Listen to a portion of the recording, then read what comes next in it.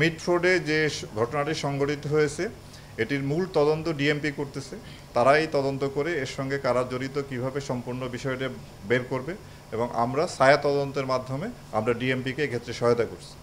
আর পার্বত্য অঞ্চলে কুকিচিনের বিষয়, এটি পার্বত্য অঞ্চল সহ সারা বাংলাদেশি জঙ্গি তৎপরতা এবং পাহাড়ি এলাকার যে তৎপরতা সে ব্যাপারে আমরা সজাগ আছি এবং এই ক্ষেত্রে আমরা গোয়েন্দা সংস্থা এবং সেনাবাহিনীর সাথে সমন্বিতভাবে কাজ করে যাচ্ছি যাতে এটা বিস্তার লাভ না করে। ছায়া তদন্ত আমরা গতকালকে থেকে এটা শুরু করেছি এবং এই বিষয়ে যে আপনারা তদন্তকারী সংস্থা তাদের কাছ থেকেই বিস্তারিত জানলে ভালো হয় বিষয়টি। আমরা আমাদের এটা গোপনে কাজটা চালিয়ে যাচ্ছি। আমাদের কাছে অপরাধীর পরিচয় অপরাধী, সে কোন দলের কত বড় শীর্ষ নেতা বা কত বড় নেতা সেটা আমরা কোনোভাবেই বিবেচনায় আনি না। যে অপরাধের সাথে সম্পৃক্ত হবে আমরা তার বিরুদ্ধে কঠোর ব্যবস্থা নেব। এখানে দলীয় পরিচয় আমাদের কাছে কোনোভাবেই মুখ্য নয়। আইন শৃঙ্খলা পরিস্থিতি নিয়ন্ত্রণে রাখার জন্য আমরা সবসময় কাজ করে যাচ্ছি। আপনারা জানেন যে 5ই আগস্টের পরে আইন শৃঙ্খলা রক্ষাকারী বাহিনীর যে মূল বাহিনী বাংলাদেশ পুলিশ সহ অন্যান্য বাহিনীর যে অবস্থায় পর্যবসিত হয়েছিল সেখান থেকে দ্রুতই আমরা স্বাভাবিক পর্যায়ে আসার জন্য চেষ্টা করে যাচ্ছি এবং আমি মনে করি এই পর্যন্ত আমরা মোটামুটি অনেকটাই গুছিয়ে এসেছি এবং সামনে যে ভবিষ্যতে আমরা আরও সফলতার সাথে আমরা আরও আন্তরিকতার সাথে এবং নিষ্ঠার সাথে আমরা দায়িত্ব পালন করব। আর আইন শৃঙ্খলা আপনার অপরাধ মুক্ত কোনো সমাজ নাই, অপরাধ সংগঠিত হয়। সেই ক্ষেত্রে দেখার বিষয় যে আমরা কিভাবে রেসপন্স করছি। আপনি মব ভায়োলেন্স বলেন, চুরি বলেন, ডাকাতি বলেন, দস্যুতা, খুন, প্রত্যেকটা ঘটনাই আমরা মামলা নিচ্ছি এবং এর সাথে জড়িত তাদেরকে আমরা কিন্তু গ্রেপ্তার করছি।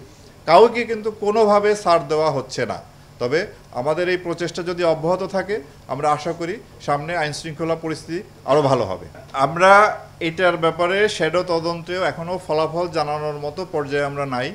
আমরা এই অভিযোগের সঙ্গে জড়িত অন্যান্য আসামি যারা আছে তাদের গ্রেপ্তারের জন্য আমরা প্রচেষ্টা চালিয়ে যাচ্ছি এবং এইটার যারা এই মামলার যিনি তদন্তকারী কর্মকর্তা, মূল তদন্তকারী কর্মকর্তা, তারাই এই বিষয়ে আপনারা ভালো বলতে পারবেন। ঘটনাটা সেটা স্থানীয় ব্যবসা বাণিজ্য, চাঁদাবাজি এই সংক্রান্ত বিষয়ে যারা প্রাথমিকভাবে, একেবারেই প্রাথমিকভাবে, বাট এটা ডিটেলস বলার মতো অবস্থানে আমরা নাই।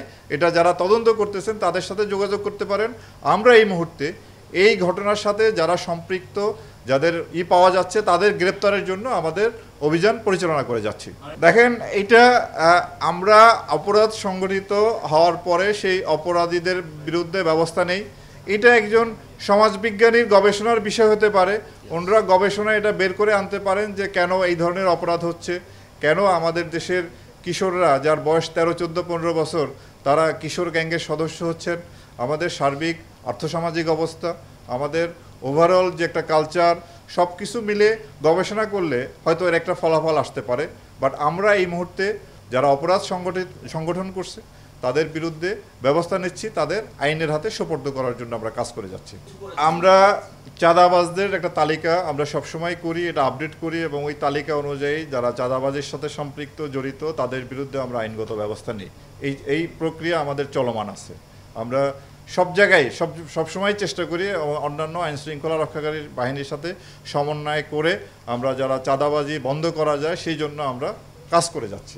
আমরা আপনার যে টহলের কথা বললেন, চেকপোস্টের কথা বললেন, এই কার্যক্রম আমাদের চলমান আছে। আমরা প্রায় রাস্তায় চেকপোস্ট করি এবং আমাদের হয়তো সংখ্যা সাধারণ পুলিশের চেয়ে তো আমাদের সংখ্যা কম, এই জন্য হয়তো আপনারা সবসময় দেখতে পান না। বাট আমাদের ঢাকা শহরে যে কয়টি ব্যাটালিয়ন আছে তারা নিয়মিতই তারা চেকপোস্ট করে, টহল করে এবং এই ধরনের অপরাধ, ছিনতাই, চাঁদাবাজি বন্ধের জন্য আমরা কাজ করে যাচ্ছি। আইন শৃঙ্খলা বাহিনী সবসময় কেউ কোনো অপরাধের সাথে সম্পৃক্ত হলে সেটি আমরা মামলা হিসাবে নেই এবং ওই আসামিদের গ্রেপ্তার করি। সে তার দলীয় পদ কি, দল থেকে তাকে বহিষ্কার করা হলো কি না হলো সেদিকে আমরা কখনোই দেখি না। তবে এটা আমরা অ্যাপ্রিসিয়েট করি যে রাজনৈতিক দল তার কর্মীর বিরুদ্ধে যে তারা তাদের যে শৃঙ্খলামূলক যে ব্যবস্থা যে গ্রহণ করে সেটাকে আমরা অ্যাপ্রিসিয়েট করি। বাট ওইটা আমাদের জন্য কোনো বিষয় না যে সে দল থেকে বহিষ্কার হলো কি হলো না, যে অপরাধী সে অপরাধী, সে কোন দলের কোন মাপের নেতা সেটা আমাদের কাছে কোনোভাবেই বিবেচ্য নয়। বান্ডেল থাকলে প্রতি সেনমানিতে টাকা বাঁচবে। বিকাশ সেনমানি বান্ডেল কিনে জিতুন প্রতি লেনদেনে। শুরু হয়েছে Standard Chartered Channel I agro অ্যাওয়ার্ডের 10ম আয়োজনের মনোনয়ন গ্রহণ। এবার নতুন ক্যাটাগরি বছরের সেরা ছাদ কৃষক সহ মোট 13টি ক্যাটাগরিতে পুরস্কার প্রদান করা হবে। মনোনয়ন গ্রহণ চলবে আগামী 15 জুলাই 2025 তারিখ পর্যন্ত। বিস্তারিত জানতে ভিজিট করুন www.agroaward.com এবং ফোন করুন 018737000556 এই নম্বরে।